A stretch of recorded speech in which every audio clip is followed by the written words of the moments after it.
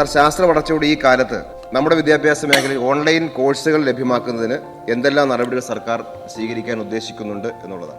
Online learning ഇന്നത്തെ സാഹചര്യത്തിൽ അനിവാര്യമായ ഒന്നാണ്.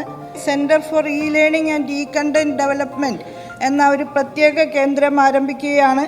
സംസ്ഥാനത്തിനകത്തും പുറത്തുമുള്ള അധ്യാപകരുടെ ലെക്ചേഴ്സ് ഉൾപ്പെടുത്തുന്ന തരത്തിലുള്ള ഓൺലൈൻ കോഴ്സുകളാണ് ഈ റിപ്പോസിറ്ററിയിൽ ഉണ്ടായിരിക്കുക.